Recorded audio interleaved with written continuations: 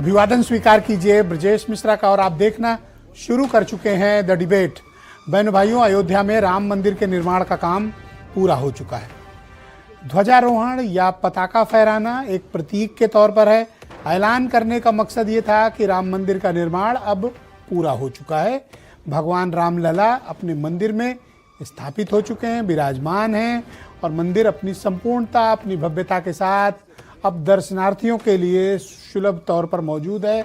आज प्रधानमंत्री ने पताका फहराकर इस बात का एक सार्वजनिक घोष किया है।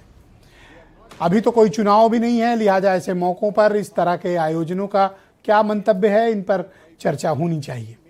आज प्रधानमंत्री की स्पीच सुनने लायक थी। उन्होंने कुछ महत्वपूर्ण मसलों का जिक्र किया जिन्हें हमें चर्चा भी करना चाहिए और उस पर चिंतन भी करना चाहिए।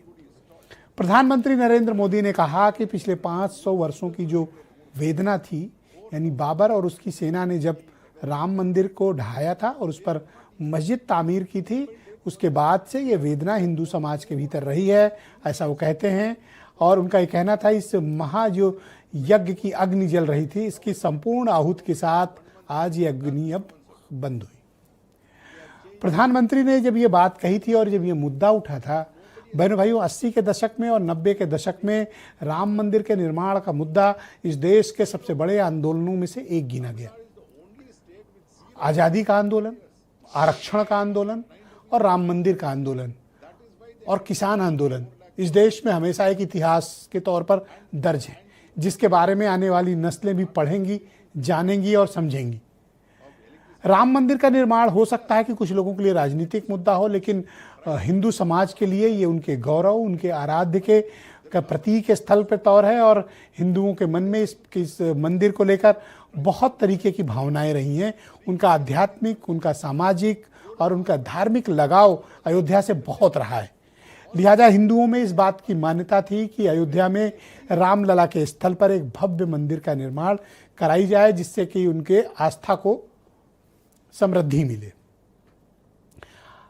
पिछले बार आपने देखा होगा कि मंदिर आधा अधूरा तैयार था, लेकिन भगवान रामलला को विराजमान करके इसको उद्घाटन किया गया। वर्ष था 2024 और लोकसभा का चुनाव नज़दीक था, उस दौरान किया गया। लेकिन अब मंदिर अपनी पूर्णता के साथ और भव्यता के साथ तैयार है।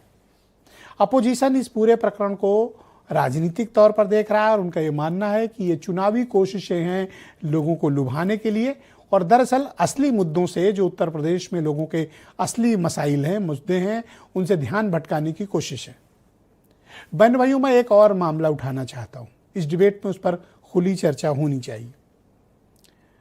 सुप्रीम कोर्ट ने जब आदेश दिया था तो मंदिर को भी जमीन दी थी और मस्जिद को भी जमीन मिली थी, दोनों को एक साथ जमीन मिली थी। मंदिर अपनी भव्यता के साथ सुप्रीम कोर्ट ने जैसा चाहा था उससे भी ज्यादा अच्छा और बेहतर निर्माण के साथ मंदिर तैयार है।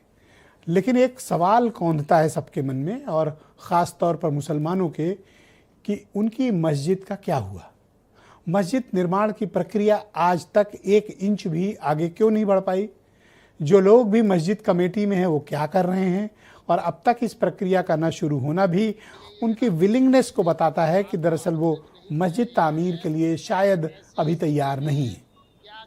मंदिर तैयार हो गया लेकिन मस्जिद का कोई अता पता नहीं है।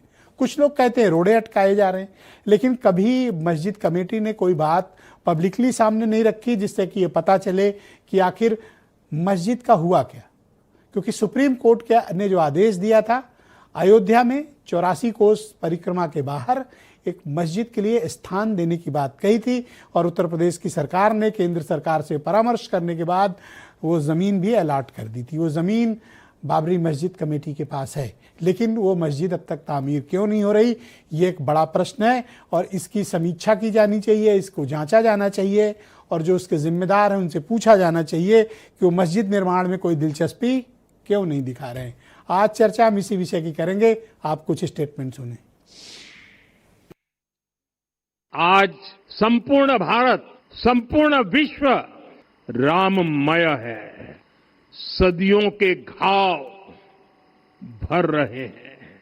आज उस यज्ञ की पूर्णाहुति है जिसकी अग्नि 500 वर्ष तक प्रज्वलित रही। ये धर्म ध्वजा केवल एक ध्वजा नहीं, ये भारतीय सभ्यता के पुनर्जागरण का ध्वज है। भगवान श्री राम के भव्य मंदिर पर ध्वजारोहण एक यज्ञ की पूर्णाहुति नहीं बल्कि एक नए युग का शुभारंभ है।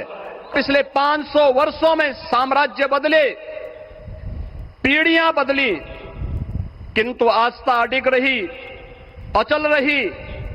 आस्था न झुकी और न रुकी। हमें तो बुलाया जाए तो मैं नंगे पैर स्नान करके कपड़ा पहन के नंगे पैर पहुंचेंगे।